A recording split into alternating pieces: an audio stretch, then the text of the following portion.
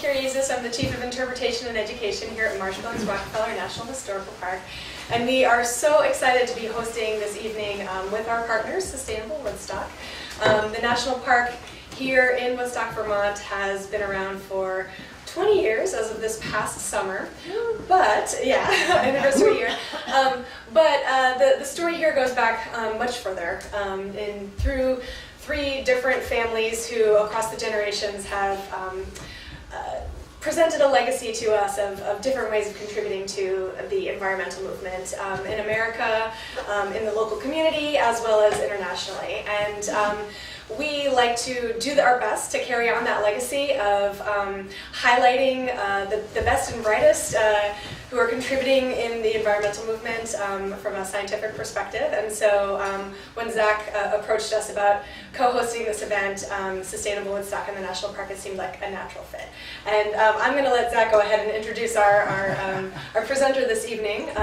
And I just want to thank you so much for coming out on a cold and icy night, cold, dark, and icy, to join us here at the National Park for this event.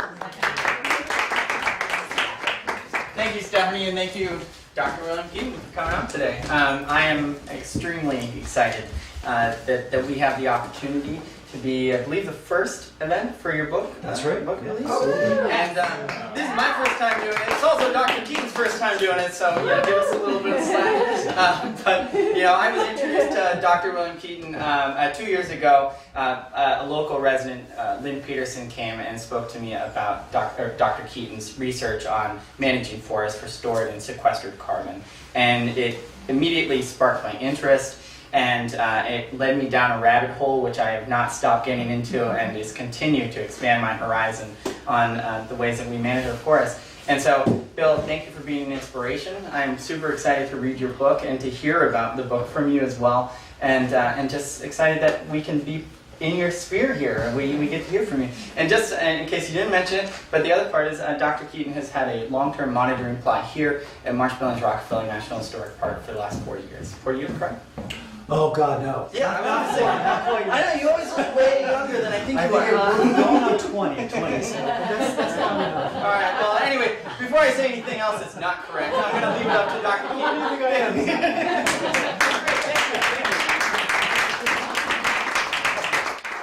Well, thanks very much, Zach, for that introduction, and I really appreciate all the work that Zach Ralph did in organizing this event and inviting me here tonight. And thank you, Stephanie, also for that introduction, and to Marshbillings Rockefeller for hosting this event. And actually, it was in this very room that I got started here in New England, actually 20 years ago on my very first trip east from the Pacific Northwest, where I was living at that time. And it was actually the goings-on here at the park in its really early years that it was one of the things that attracted me to working at the University of Vermont, where I've been ever since. Anyway, so it's fitting that I'm back here in this room tonight for this event. But thanks to all of you for coming out tonight on this dark and dreary evening. It's really my pleasure to present to you this book that Dr. Andrew Barton at the University of Maine, Farmington, and I have co-edited. It's called Ecology and Recovery of Eastern Old-Growth Forests. It's a co-edited volume, which means that most of the chapters, or many of the chapters, were contributed by more than 40 scientists around the eastern United States and eastern Canada. But Dr. Barton and I ourselves wrote a number of the chapters. So I wrote about a quarter of the book myself, and the rest are contributed. So it's sort of a mishmash. I think what I'll do is I'll start off with a brief passage that I'll read from the book. We'll see how this goes. And then, after this first reading, I'm going to talk about a few different things. I'm going to give you a brief introduction to eastern old-growth forests, explaining what they are, a little bit about their basic ecology. I'm going to tell you a little bit about some reasons why old-growth forests are important, why we might want to conserve them, and not even just conserve them, but maybe even recover old-growth forests into the future. And then we'll talk about some of the other benefits that they provide for humanity and for society. So the talk is sort of a combination photo essay, science lecture, and a little bit of an overview of the book. So we'll just see how it goes with that format. Okay. The conclusion. Old growth. The term evokes something deeply rooted in the human psyche. We imagine the forest primeval, something timeless from our distant collective memory. or perhaps nostalgia for what we imagine might once have been. Maybe we long for a time when life was less complicated, when the trappings of modern civilization were not so pervasive.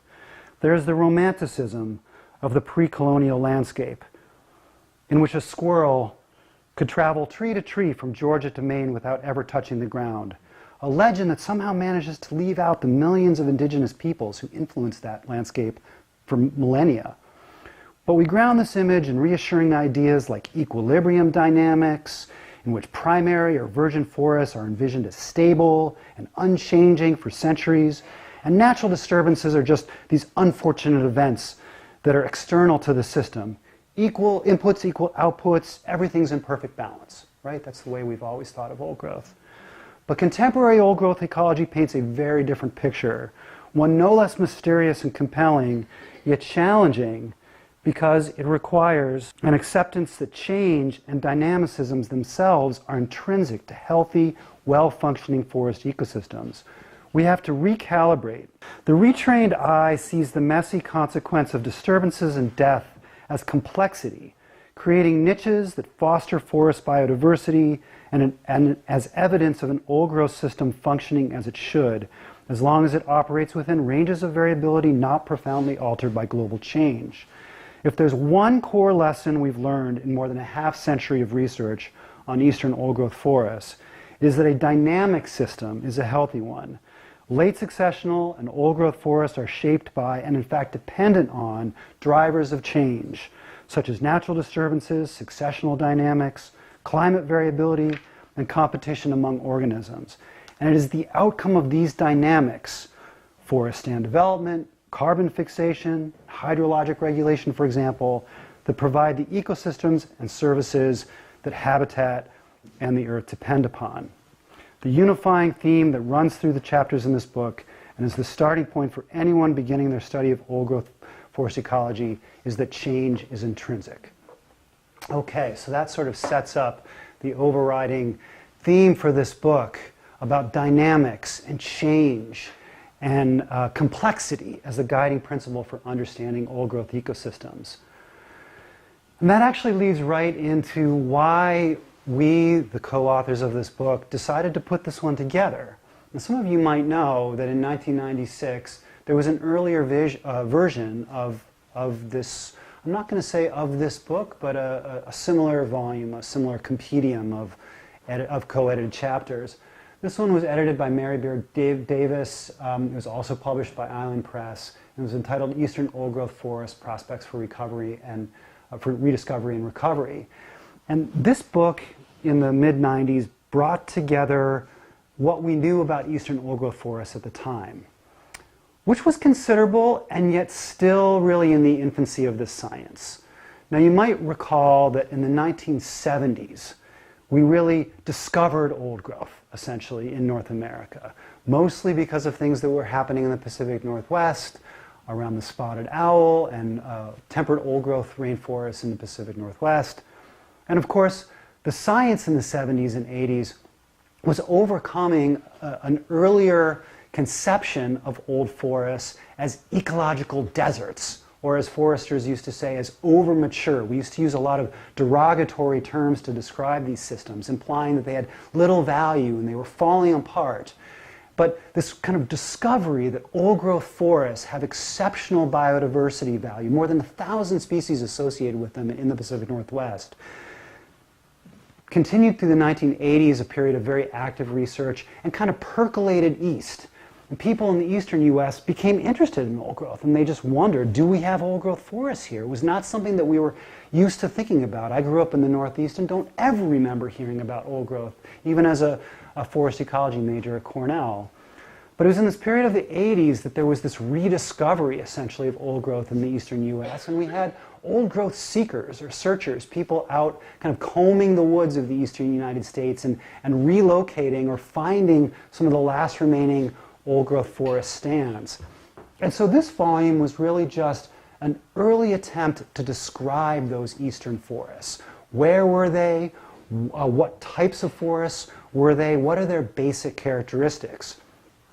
But then in the late 90s and the 2000s and up to the present day, we had a flurry of research on things like the biogeochemistry of old-growth ecosystems, the ecosystem services that these forests provide, things like carbon sequestration and climate change mitigation, their really exceptional biodiversity value as bastions of habitat for certain types of wildlife and plants and other organisms. And so Island Press, our publisher, felt like the time was right now, almost 20 years later, for a follow-up, more than 20 years later, for a follow-up edition that would bring together basically what we've learned since 1996 about eastern old-growth forests. So that's where I'm going to pick up right now with the remainder of this talk. What have we learned? Well, one of the things that we've learned is that we're not alone in this kind of pursuit of knowledge about old-growth ecosystems and this appreciation that old-growth has exceptional value. I mentioned that the science, the interest of old-growth ecology spread east from the Pacific Northwest, but it didn't end there. It moved across the Atlantic to Europe, where we have a number of scholars that are researching old-growth systems there. To Australia, to Queensland and southeastern Australia, where there's similar research. To Patagonia and Tierra del Fuego and other portions of temperate South America where there's similar interest. And East Asia and China, the Korea, Japan, other places where there's been a tremendous amount of research around old-growth systems. So it's always important to remember that we're not alone globally in terms of appreciating and valuing old-growth forests and recognizing that there's a need to conserve our last remaining old-growth forests. Now, I've spent, as I might have mentioned, the better part of a quarter century now studying old-growth forests in a number of regions around the world, the Pacific Northwest, the sort of the iconic old growth that most people think of. If you say the term old growth to most people, they think of redwood trees and old growth Douglas fir and colossal cathedral forests. But as you'll learn in this talk, old growth doesn't always look that way. Old growth comes in many different shapes and sizes and different forms depending on where you are in the world. I've also worked in the central Himalayas in Bhutan and some of the sacred Himalayan hemlock and Himalayan silver fir forests there that have this incredible diversity of rhododendrons in the understory, more than 40 species of tree-sized rhododendron. These are incredibly magical forests. I mentioned the work in Eastern Europe. Who knew until recently that there are large areas of old-growth forests in Central and Eastern Europe, mostly in the Carpathian mountain range that transcends something like 7 different nations. These are truly majestic forests, European beech, which grows to much larger and more impressive sizes than American beech, I hate to say. And this has been a really fantastic experience for me, working alongside ecologists in other parts of the world and forest rangers, and in many cases training them in the techniques that we use to measure and quantify the characteristics of old-growth forests. It's been valuable for me professionally because it's given me this appreciation that not everyone approaches old-growth ecology the same way. We approach it in different ways. We have different ideas. We even have different measurement techniques depending on where we're working in the world. And then most recently, I've been working in Patagonia and in the Andes in Chile, and these incredible coihue forests there, these Nothofagus or southern beech systems that are just absolutely magnificent with tree forms and shapes that we just don't see in North America. They often remind me of the Tufula trees in the Dr. Seuss Lorax books with just these incredibly gnarly, misshapen crowns and canopies. But even though my work has taken me to some really exceptional places around the world, it's these forests back here in the Northeast that always draw me home and that I feel the most comfortable in. And so here's a typical example of a northeastern hemlock hardwood old-growth forest. This is one of my favorites over in the Adirondacks in the Ampersand Mountain area of the High Peaks region.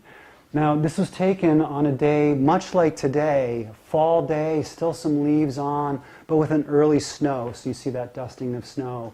And I'll just ask you to imagine yourself walking into this forest. This is just a little bit of a deer trail that goes into this stand, and you can probably imagine yourself walking in and just sort of feeling that this forest is different from your typical younger secondary New England forest. It has a different vibe, a different feel. You can almost feel yourself sinking into the richness and the diversity and the complexity of this forest. Big trees, small trees, trees of all sizes and ages, very high volumes of downwoody debris and dead trees, just tremendous complexity in all dimensions.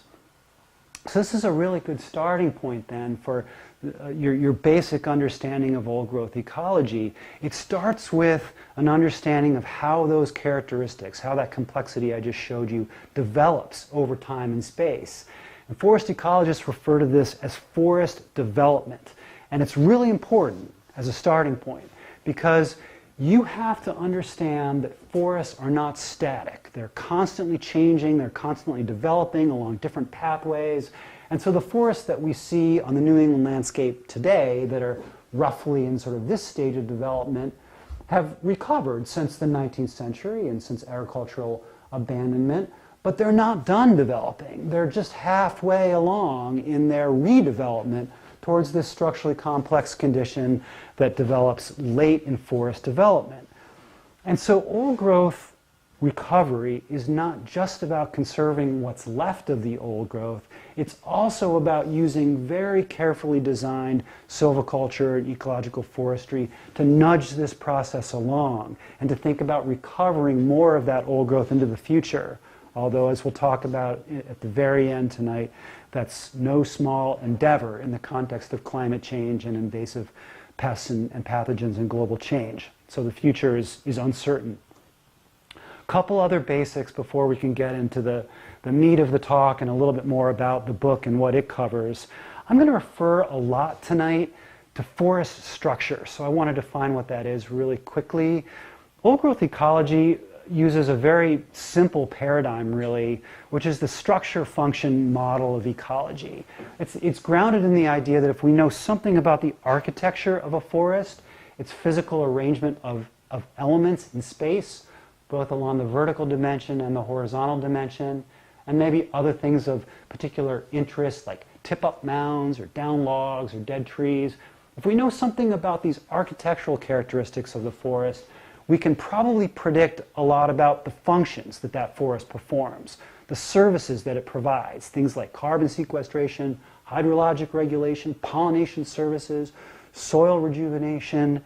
All of those things reflect the structure of the systems. So it's a starting point. But then, as I mentioned, the unifying theme for this book is change and dynamics. And this is probably the most important thing that the science has contributed in the last 20 or 30 years of research. This understanding that natural disturbances of all types, intensities, and sizes and frequencies have a profound effect on forest ecosystems. Not just old growth, but all successional stages. Natural disturbances shape these systems.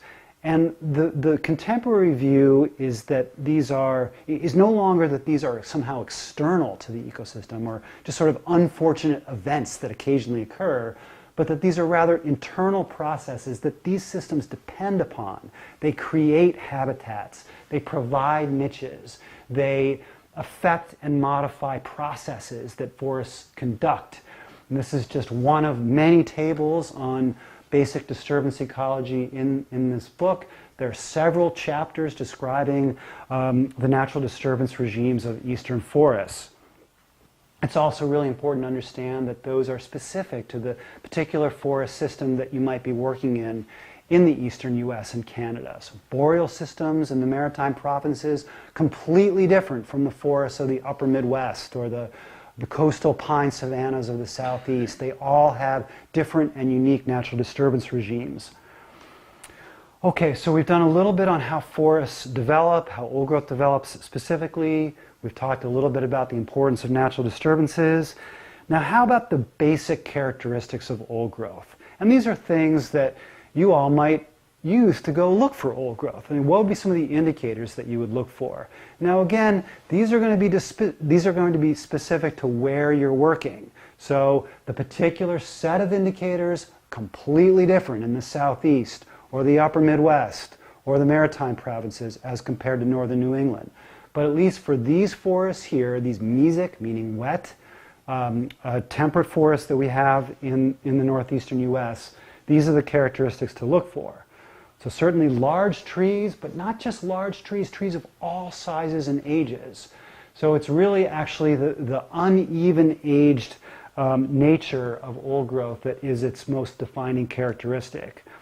Vertically complex canopies, so this what we call vertically differentiated foliage, so foliage and tree crowns at all heights in the forest, something that develops slowly over time. Large dead trees, critically important as wildlife habitat for many species. Also downwoody debris, and I'm going to talk a little bit about the new science around the role of large woody debris in stream ecosystems and how important it is there for its effect on aquatic ecosystems and how we might manage for that into the future. Gaps in the forest canopy, also very important for rejuvenating and regenerating these forests, but also as habitat for many organisms that depend in particular on gaps. Insects, birds, bats, other things that ride the thermals that rise up off of gaps at night on a warm summer evening. Other characteristics of the light environment that are unique to forest canopy gaps. So these are critically important structures in a forest. And then large tip-up mounds, not something that you might think of as being important or even prevalent in our forests, but that's because we just don't see them a lot in these relatively young secondary forests that we have on the landscape today. And yet, the minute you walk into an old-growth forest in the east, this is one of the first things you're going to notice, these huge tip-up mounds all over the place. And I will tell you that I have a lot of friends and colleagues that work in the Pacific Northwest. That's where I got my start many years ago. And they like to brag about their big old trees, but the one thing I tell them is that we've got the biggest tip-up mounds in the Northeast. So this is a source of pride for us, as you're seeing in this picture. Okay, so those are some of the characteristics to look for then. Okay, so that's a bit on the basic ecology. Now moving on to some of the other chapters of the book where we review the history of forest change in the East and the status of old-growth forests, how much is left, where is it left, what are some of our larger old-growth forest landscapes that have been essentially discovered in the last 20 years. And we'll just maybe start off with the question then, why is old growth so rare today in Eastern North America, really? I keep saying U.S., but this also applies to Eastern Canada. In the U.S., less than half of 1% of the old growth that was here when the European settlers arrived remains. And it's not like the whole Eastern U.S. was old growth. Of course, we had millions of Native Americans and indigenous people burning and utilizing shifting agriculture and agroforestry techniques, a whole variety of agricultural systems that profoundly modified forests, especially in the mid-Atlantic states and going down through the South. Less prevalent up here in northern New England, but still important around localized settlements and trade routes like the Mohawk Trail. So it wasn't all old growth, but of the forest that was there, there was a significant amount of old growth. 70 or 80% we think of the forest cover was in old growth. So it's less than half of 1% of that remains. So why is it so rare today? Well, it reflects this history of land use and forest cover change that we've had in New England and the Northeast in general. And so it's shown here as a distribution. My students at UVM know that I love data distributions because you can collapse so much interesting information into one figure this way. But here we have basically the proportion of a landscape that would have been in old growth pre-European settlement. And we're showing that here along this line. Actually, what this is the distribution of forests by age classes. Young, mature, and old. So it's the proportion of that landscape in those three classes pre-European settlement.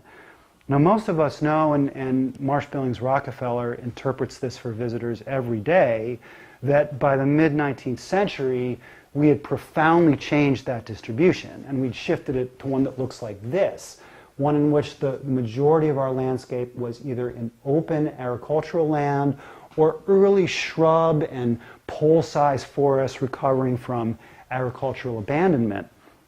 And of course, as the New England landscape was abandoned, lands were opening in the Ohio River Valley and out west, the landscape recovered, the forest recovered. And so then 100 years, 150 years later, we have a landscape that looks like this, a bubble of young and mature forests, secondary forests, that is purely an artifact of land use history, this particular land use history pathway that we've had here. Now, those of you that work in forestry a little bit, or maybe you own and manage land yourselves, know that there's some debate about what to do with this bubble. There are some who are arguing for approaches like patch cutting and other systems that would promote early successional habitats for some of the songbirds, for instance, that utilize those or depend on those. And there's a real value associated with that for some wildlife species. But there are also those of us who argue that we could take some of this bubble and we could either allow it to redevelop naturally to an old growth condition, or we could push it that way and actually accelerate this process silviculturally. And this will come in later in the talk where I give you an example of a specific approach that we're testing that would do that. Okay, so this explains then why old growth is so rare, but it also tells us something about the prospect for recovering it into the future. Okay, so now let's just go through some other basics of old growth ecology, some of the other themes in this book. Several of the chapters approach old growth basically by region of the Southeast, or by forest type or system. So there are chapters on southern Appalachian forests. There are chapters on pine savanna systems along the coastal Southeast. There are chapters on boreal systems in Canada.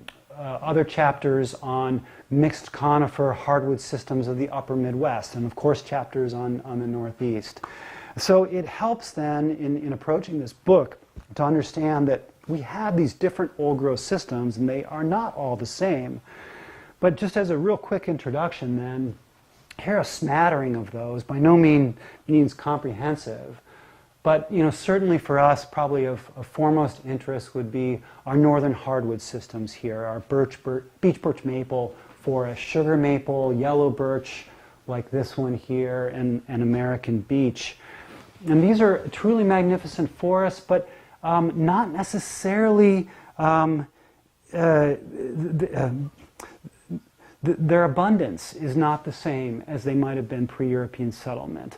We think that we have more of this particular forest type now than we did historically because we've lost some things along the way through this process of forest clearing and landscape change. And one of the things that we've dramatically reduced on the landscape is the prevalence of hemlock hardwood forests, mixed wood systems that were probably more abundant than they are today. You're seeing an example of an old growth hemlock hardwood forest here in the Adirondacks. And yet even with this abundance of hemlock, still this very important hardwood component.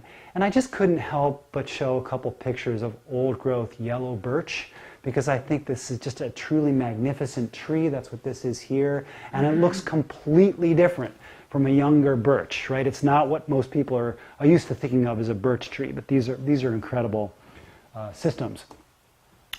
Old growth white pine, often occurring in conjunction with other species like hemlock and hardwoods. We have very little of this left. Huge areas of the upper Midwest, northern Wisconsin, northern Michigan and Minnesota were carpeted with old growth white pine when settlers arrived. It was the first to go. It was the first to be cut. Also true of Ontario, parts of Quebec.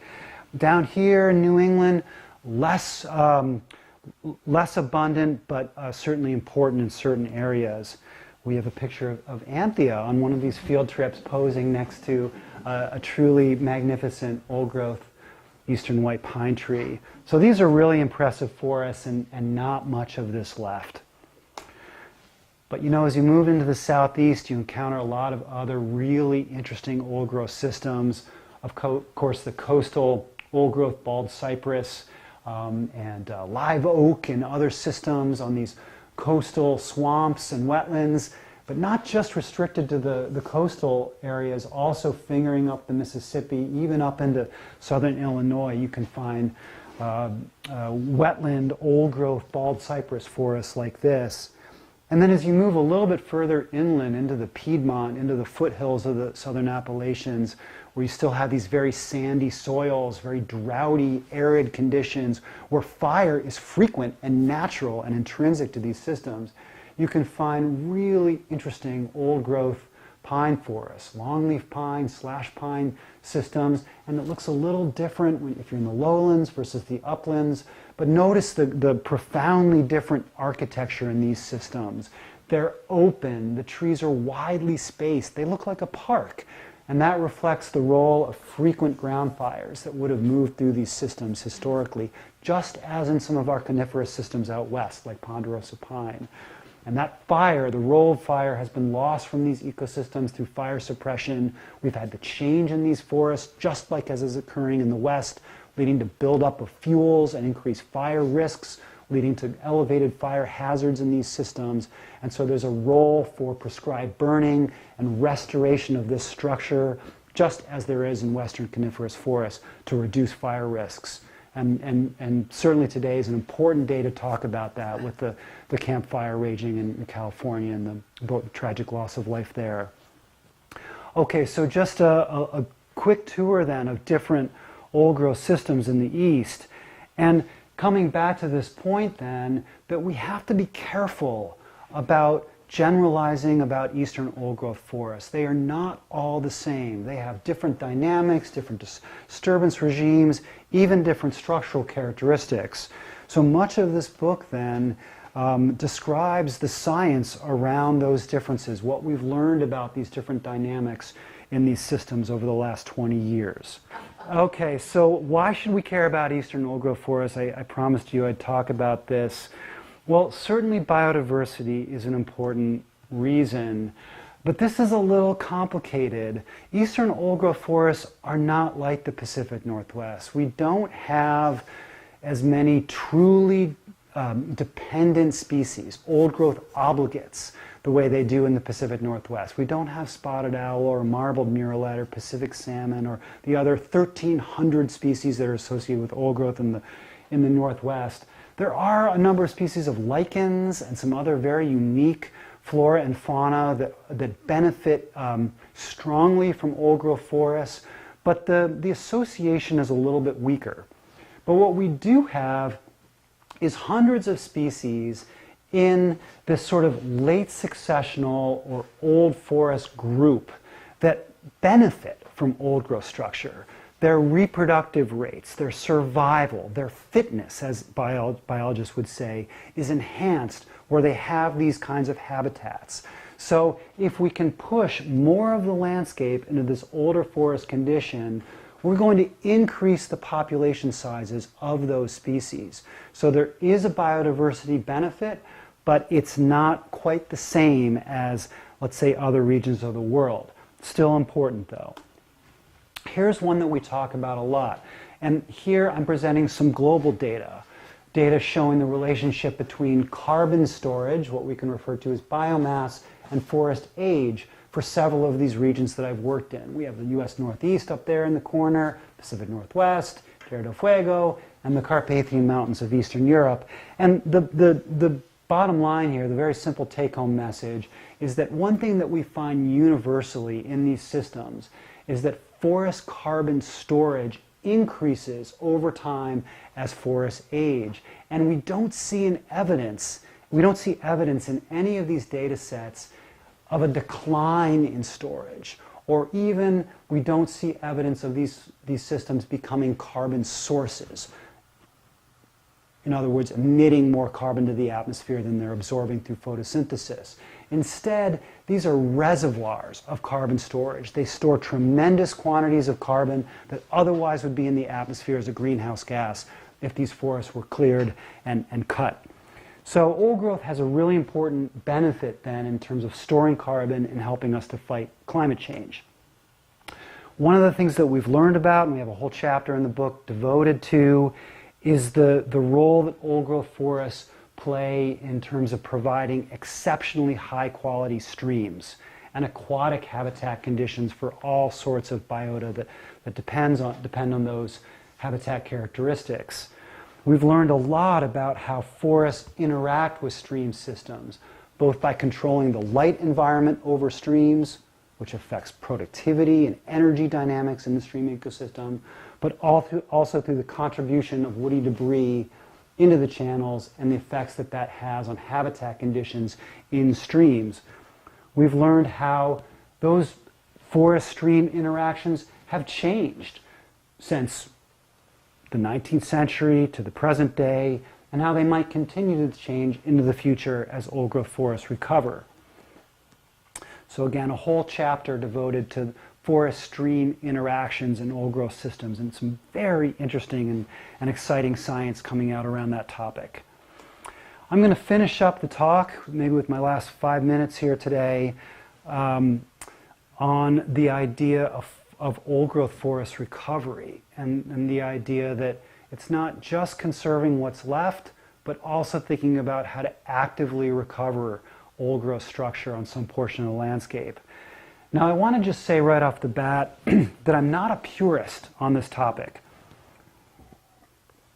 And what I mean by that is that some are ardent that we can never recover old growth, that if we actively manage forests for old growth conditions, that those forests will differ too profoundly, in too profoundly of a way, from forests that develop naturally over centuries or millennia.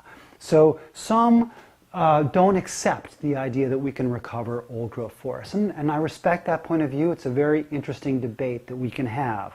I'm not in that camp. I believe that we have the potential to actively manage for old growth characteristics, and not just as a pure restoration technique, but also as an approach that could be built into the way we manage working forests, for timber, for commodities, for maple syrup even, for other benefits that we care about. And in so doing, we can provide some of these functions, some of these benefits in our working forests. I also believe that what we should really be concerned with is the functions that these systems provide, the services that they provide to humanity. And if we can provide those functions and services, I'll take it. I believe that would be something beneficial. Okay, so with that in mind, I've been testing an approach to old growth restoration. It's part of this study, the Vermont Forest Ecosystem Management Demonstration Project. This is the west side of Mount Mansfield, up in Chittenden County, which is the main research area where we've been doing this for the last 20 years. But the study is also replicated at Jericho Research Forest and over at Paul Smith College in the Adirondacks. And maybe I'll just say one more thing to kind of set up this idea of old growth silviculture. I'm not alone in trying these ideas. There's research like this in Maine, in Wisconsin and Minnesota, in a number of places in Europe, in South America, in Australia. So all over the world, people are experimenting with different forestry techniques to recover and restore old growth. So this idea of old growth restoration is no longer just a theoretical proposition as it was when the first old growth book came out in 1996. Now we've done it, we've tested it experimentally, and we've shown that it can work. Okay, so with no further ado then, what did we do? How did we try this? Well, we started off with the science of old growth and the ecology of old growth, what we learned from these remaining old growth forests. And for me, that mainly reflects my work in the Adirondacks. And from that, we then designed silvicultural techniques or forestry practices that could promote and enhance and accelerate the development of the characteristics that we learned were typical of old growth forests. And we introduced those, and then we've monitored then how the forests have changed and responded to those forestry techniques. So in my study, the Vermont Forest Ecosystem Management Demonstration Project, that's a mouthful, We did this almost 20 years ago, and we've been monitoring and measuring the effects ever since.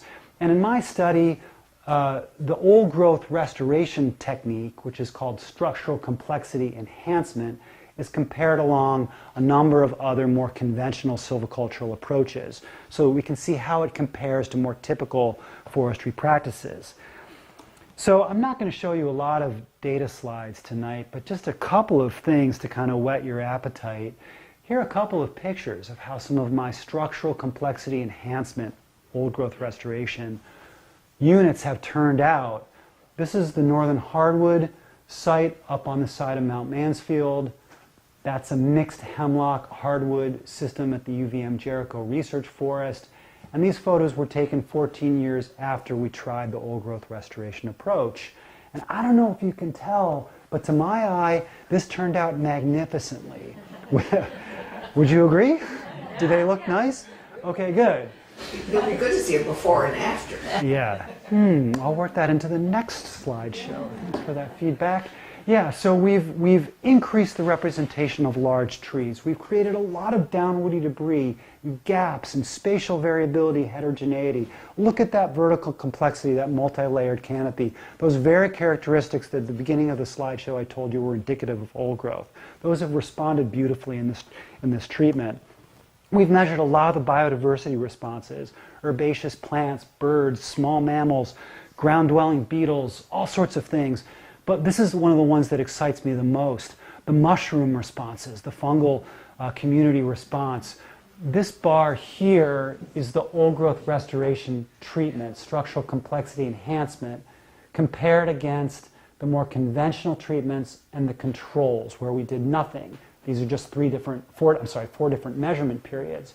And you're seeing the increase in the richness, the diversity of mushrooms and fungal species under the old growth restoration approach. And that's not just the decomposers, the saprophytic mushrooms that you might expect to respond to more dead wood and dead trees. It's also the critically important mycorrhizal fungi that connect trees and plants below ground and really allow these systems to function. But it also includes edible and harvestable mushrooms. So I think that these data should really excite the mushroom gatherers in the room. Okay, so just one example of the biodiversity responses. My most recent paper just came out a year ago, looked at the carbon effects or responses, carbon sequestration and storage, and we compared again structural complexity with the more conventional selection harvesting systems. And while neither of these could beat Mother Nature at her own game, so to speak, the structural complexity enhancement 10 years after harvest came to within about 16% of the carbon storage as the unmanaged control stands, the areas that we did nothing in, as compared to the conventional systems that were only about 45% of what the unmanaged forest stored and sequestered. And this might come as some surprise to you. This is very complicated. It's a very technical explanation. But suffice it to say that the old growth restoration approach does a really good job of storing carbon and also increasing the productivity of these forests. So it's been very promising as a carbon forestry approach, something important for forest carbon projects and carbon market participation, which has an economic benefit to the landowner. And then just to sort of wrap this all up then, so where, when, and why might we manage for old growth characteristics? Well, certainly this is something we could do as a pure restoration technique, maybe in a nature conservancy preserve or on land trust land or in other places like that. It's also something we might do as a riparian or streamside enhancement technique to improve habitat for native brook trout and other important freshwater species. But it's also something that we could integrate into working forests, where there's more of a timber emphasis. And it's just that the specifics of how we would practice this might differ, and the degree of old growth development that we would expect might differ, but there would be different applications in different settings for this kind of an approach. Okay, so then last couple of slides then. I just wanted to call your attention to the fact that, we see evidence of old growth all around us, even in places that we might not expect it to find it. We still see reminders of this past, of this forest that we once had, and that tell us that we might once again be able to have this forest on the landscape. And right here at MBR, Marsh Billings Rockefeller, we're privileged to have these exceptional remnant old growth trees that predate the history of clearing here around Woodstock. These are trees that were here in the primeval forest before European settlers arrived. Up there in that corner are the old growth red oak that are just up the trail here on that kind of rocky ledge area, just as you head up the precipice trail on your way up Mount Tom. I don't know if you know these trees. Tucked back in the woods, you can find remnant old sugar maple, and I'm not talking about wolf trees that were open grown in the 19th century. There are many trees like that on MBR, but we also have true remnant old growth trees like this one. One of my favorite trees at MBR, the old growth hemlock on the hill, actually just behind the hill overlooking the Pogue. But you find old hemlock of this age class. They're all about 500 years old, scattered around the park, and there's a big cookie of one of them right there, right next to you. And so this is one of that tree's cousins up on the hill. And they tell us that old hemlock like this was once much more widely distributed across the landscape than it is today. There's a whole very interesting story around that. And then we also have other kinds of legacy trees here, large white pine and other trees scattered around the forest, even in some of these secondary stands that again remind us that there is the potential to recover trees and forests like this into the future. But we have to be really careful of protecting the large trees and hanging on to those large trees that we have. We can't remove them every time, or at least all of them, every time we enter these forests for timber harvest. We have to safeguard some of those large trees because they're critically important. Okay, so maybe I'll just skip this one and move on to a final reading from the book. I'll just say, though, that the future of this endeavor is highly uncertain, as many of you might guess, because of the increasing prevalence of introduced pests and pathogens, many of which specifically attack or affect our late successional old growth species like hemlock, beech, potentially the maples, and other species into the future. So that's a real concern. And climate change, of course, makes all of this uncertain into the future. But we have several chapters addressing that topic if you're interested in how old growth recovery might actually be an adaptive strategy and might actually enhance the resilience of our landscapes to global change. Okay, so I'd like to finish up then with maybe one short paragraph kind of about the future then, and sort of a note of hope as we move forward. So here you have it, the last paragraph of the book. In some ways, old growth forests are timeless. On the one hand, increasingly displaced from their past, yet having the opportunity to adapt to the future. Where old growth has survived in the East, it is a reminder of our shared history and of the complexity, messiness, and grandeur of the forests that were once here. Yet the contributors to this book make a compelling case that old growth is not only still relevant, but is in fact vital in our changing world. And the prospects are high for restoring or actively managing for old growth characteristics on a portion of secondary forest landscapes. This endeavor has a place within an integrated, holistic approach to adaptive forest management and conservation, ensuring the sustainability of a broad array of forest ecosystem benefits to humans and other organisms alike. With care and attention, future generations will be able to have the experience of walking into an old-growth forest, and perhaps they too will catch a glimpse of something timeless, mysterious, and compelling. Thank you very much.